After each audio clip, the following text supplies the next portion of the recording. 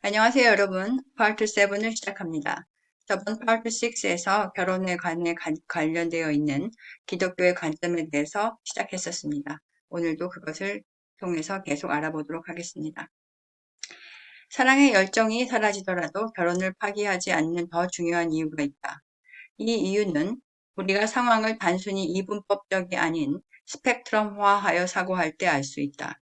말하자면 good, better, best, against bad, worse, worst 같이 말이다. 애국심은 개인주의보다 좋지만 인류애보다는 밑에 있다. 또한 결투할 상대를 쓰러뜨리기보다는 용서하는 것이 좋겠지만 그 상대가 그럼에도 불구하고 평생 이를 갈고 나를 대적할 계획만 꾸민다면 결투를 해서 결말을 내는 것이 더 낫다. 사람들은 이러한 답을 듣는 것에 만족하지 않고 명료한 대답, 즉 예, 아니오를 내놓으라고 요구한다. 하지만 이러한 오류를 범하지 말아야 한다. 마치 예수가 십계명에서 어떤 계명이 가장 높으냐고 시험받았던 것처럼 혹은 어떤 계명이 더 중요한지 말하라고 시험받았던 그 모든 계략에서 지혜롭게 대처한 것처럼 우리는 이분법적으로 생각하면 안 된다. 사랑에 빠진다는 것, 즉 사랑의 감정과 열정을 경험한다는 것은 정말 축복받은 일이다. 그 감정은 우리를 관대하게 하고 용감하게 한다. 아름다움을 보고 눈이 머는 동물적 성적 욕망도 뒤로 두게 함으로 사랑은 욕망을 정복하는 힘도 가졌다. 사랑에 빠진 것은 단순히 성적인 매력에 홀린 것이나 혹은 나르시시즘보다 훨씬 값진 것이지만 그러나 그렇다고 해서 그 사랑의 임펄스만을 맨 앞에 두고 오직 그것만을 따라야 한다는 것은 매우 위험한 생각이다. 사랑에 빠진 것이 나쁜 것이 아니라 그것만이 최선의 가치라 생각하는 것이 옳지 않다는 말이다. 그보다 더 높이 두어야 할 가치들이 있기 때문이다. 사랑에 빠짐은 아름다운 현상이지만 여전히 감정과 느낌의 영역이다. 이 세상 어느 감정도 그 강도가 지속되지는 못한다. 하물며 그 감정 자체도 계속 똑같다고 말할 수 없다. 기분과 느낌은 바뀌는 것이다. 소설에서 말하는 영원히 행복했다. 처음 느낀 사랑의 그 감정대로 영원히 살았다는 말이 아니지 않는가. 그것이 사실이라 해도 과연 바람직한 일은 아니다. 왜냐하면 그 강도로 5년만 살아도 무척 힘들 것이다. 직장일과 식욕과 수면과 우정은 도대체 어떻게 병행할 것인가. 이런 감정의 영역에 비하면 지식과 원칙과 관습은 훨씬 더 오래 지속된다고 할 수 있다. 사랑의 열정이 식는다고 사랑이 끝난 것은 아니다. 이는 곧 다음 단계의 사랑으로 가게 되어 그 의미가 이제 더 이상 느낌의 영역에 머무르지 않음을 의미한다. 이 사랑은 깊은 연합을 말한다. 같이 사는 동안 의지적으로 혹은 노력으로 단단해진 연합이다. 기독교적인 관점에서 봤을 때 함께 하기를 원하는 두 사람에게 내린 하나님의 은혜로 강해진 사랑이다. 이 사랑은 서로가 마음에 들지 않는 순간이 오더라도 서로 사랑할 수 있도록 한다. 우리는 우리 자신이 마음에 들지 않을 때도 여전히 스스로를 사랑하지 않는가? 이 부부들은 비록 다른 사람과 한순간 사랑의 느낌에 빠졌다 해도 그들이 쌓아온 더 높은 차원의 사랑으로 헤어짐을 극복할 수 있다. 사랑이 주는 첫 열정은 그들을 서로 순결에 서약하도록 한다. 그리고 그 사랑에 가는 두 번째 단계는 그 서약을 지키게 한다. 결혼의 주춧돌은 바로 이 두 번째 사랑에 기반을 두는 것이다. 그리고 사랑에 빠지는 그 열정은 주춧돌을 세우게 만드는 마치 폭죽과도 같은 계기가 된다. 사람들은 자기에게 제대로 맞는 사람을 만나면 영원히 사랑의 감정으로 살 것이라고 생각한다. 그래서 사랑의 감정이 사라질 때 자신에게 맞는 사람을 못 만나서 그렇다고 생각한다. 그 사람을 찾기 위해 또 다시 변화를 시도한다. 그러다가 또 다른 사람을 만나 그의 시간을 다시 시작할 테고 언젠가는 기어이 다시 사라져 버릴 것이라는 사실을 망각하고 만다. 이렇게 감정은 우리의 삶에서 짜릿한 것으로 다가왔다가 이내 사라진다. 마치 하늘을 나는 것을 배우기 전에 가진 짜릿함이 실제로 하늘을 날 때 사라지는 것과 같다. 어떤 장소를 보고 느낀 그 짜릿한 감동은 마침내 그곳에 자리 잡고 살게 되면 이내 사라진다. 그렇지만 그렇다고 해서 시도조차 하지 않는 것이 최고인가? 배우지 않고 그것을 배우는 짜릿함만 갖는다던가 너무나 멋진 집을 보고 살고 싶어도 그 짜릿함을 간직하려고 아예 살 시도를 접어버리는 것이 옳은가? 그렇지 않다. 그 첫 짜릿함을 지나야 그 후에 더욱 깊은 열정이 다시 생겨나는 것을 경험할 수 있다. 이것은 단지 단순한 짜릿함을 얻는 것보다 훨씬 중요한 일이다. 그 짜릿한 첫 단계를 넘게 되면 전혀 다른 방향으로 전혀 색다른 또 하나의 새로운 짜릿함이 시작되는 것이다. 기행을 배운 후에 사라지는 짜릿함은 또 다른 영역을 경험하여 다시 얻을 수 있고 어떤 아름다운 장소에 정착하여 살게 되면 처음에는 보지 못하고 느끼지 못했던 그 도시의 또 다른 매력을 발견할 수 있다. 예수가 말한 죽지 않으면 진정한 삶이 없다는 것이 바로 이런 뜻일 것이다. 스릴을 간직하려고만 한다면 최악의 선택이다. 그 스릴이 사라지도록 해야 한다. 그러므로 인해 더욱 깊은 행복감을 얻게 된다. 처음 단계의 스릴을 흘려보내야 새로운 스릴의 세계를 찾을 것이고 그렇게 인생을 계속 끝맺음과 새로움의 세계를 경험하기 위해 흘러가도록 해야 한다. 만약 첫 단계의 스릴만을 위한 삶을 산다면, 그래서 그런 얕은 스릴만 따라간다면 점점 에너지도 둔화할 것이고 권태와 환상의 노인으로 모든 인생을 소비할 것이다. 많은 사람들이 이 중요성을 이해하지 못하고 중년이 되어서야 젊었을 때 있었던 그렇게 많던 기회들을 헛되이 소모한 것을 후회한다. 수영을 배워 즐기는 것이 수영을 하기 전에 설레임을 갖고 계속 있는 것보다 훨씬 낫지 않은가? 수영을 배우기 전에 설레임은 사라지지만 수영을 하면서 즐기는 기쁨이 있지 않는가? 한눈에 사랑에 빠지는 경우는 정말 드물다.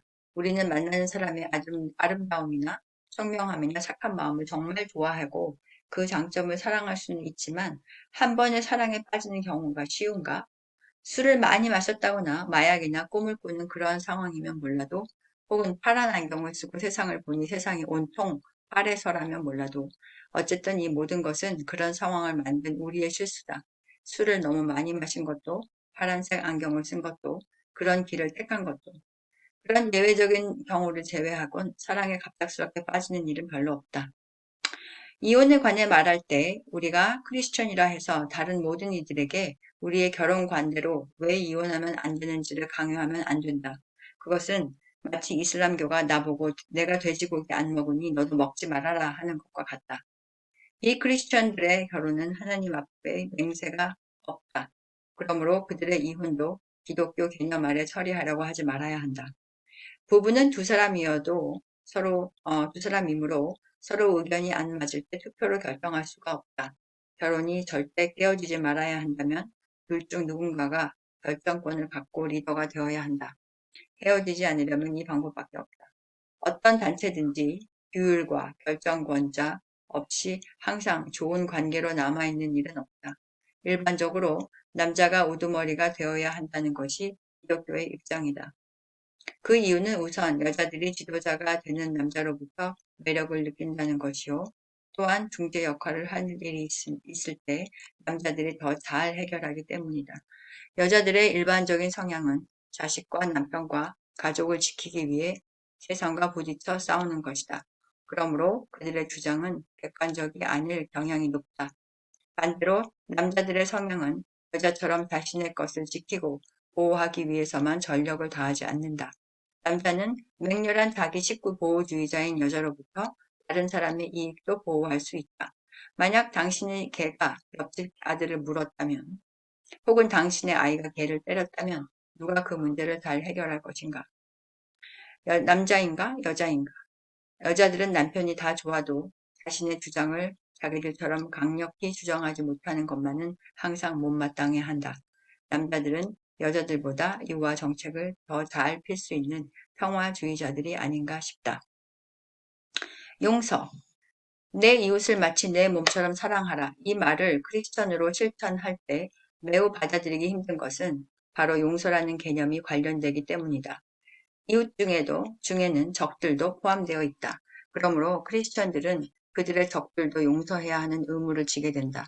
용서는 분명 덕이지만 용서받을 가치가 없는 사람이라면 용서라는 말은 단지 어렵다 할 뿐만이 아니라 경멸받을 말이 된다.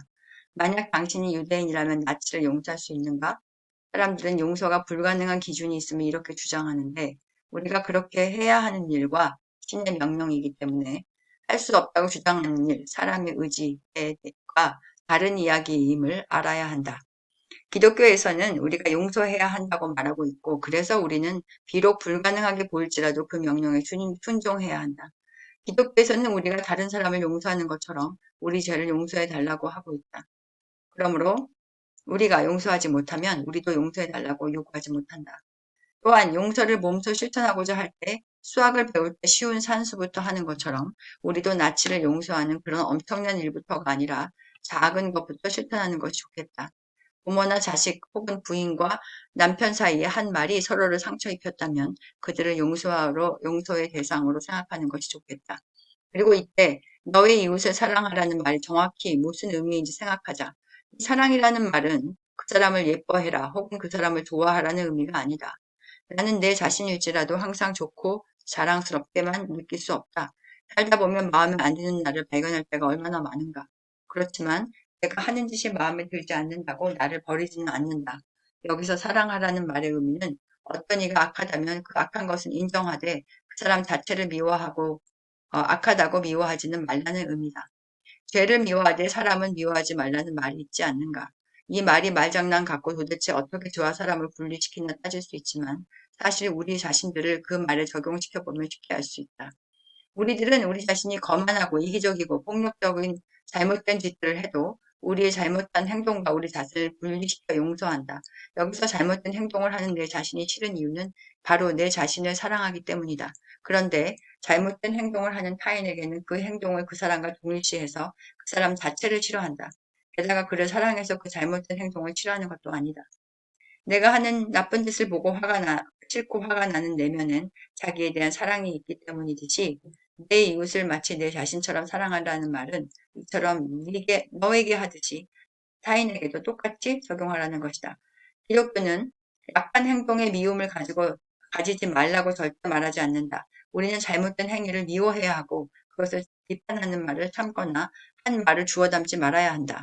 동시에 우리가 우리 자신에게 하듯이 다른 사람에게도 그런 나쁜 행동을 하지 않도록 그가 회복되어 착한 사람이 될 수 있도록 희망을 갖고 기도해 주어야 할 것이다.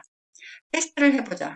만약 뉴스에서 정말 끔찍한 일이 있었다고 들었는데 알고 보니 잘못된 뉴스였다. 이것을 듣고 그 살인자들이 결국 그렇게 나쁘지는 않았구나. 다행이다 생각이 드는가? 아니면 그들을 더욱 혹독하게 벌하기 위해 그들이 더욱 나쁜 놈들이었으면 하고 실망스러운가? 만약 두 번째 경우라면 결국 우리는 모든 나쁜 사람들이 철저히 나쁘기를 바라는 것이다. 벌을 주는 것에 집착하면 세상 모든 것이 다 벌을 받는 세상이 될 수 있다. 전 세상이 다 악할 것이다. 그렇다면 그 살인자들을 사랑하라는 말인가? 아니다. 나를 사랑한다는 말은 나를 벌하지 말라는 것이 아니지 않는가? 만약 내가 살인을 했다면 나 스스로를 벌 주도록 나를 고발해야 한다. 기독교 판사라 해도 기독교인이 누군가를 죽였다면 그 이유로 사형에 처하는 것이 옳을 것이다. 그것이 정의이다. 오늘은 여기까지 하겠습니다. 이것은 파트 7이었고 다음 파트 8에 가서 좀 더 용서와 그리고 사랑에 대한 C.S. 루이스의 관점에 대해 알아보기로 하겠습니다. 시청해 주셔서 감사합니다.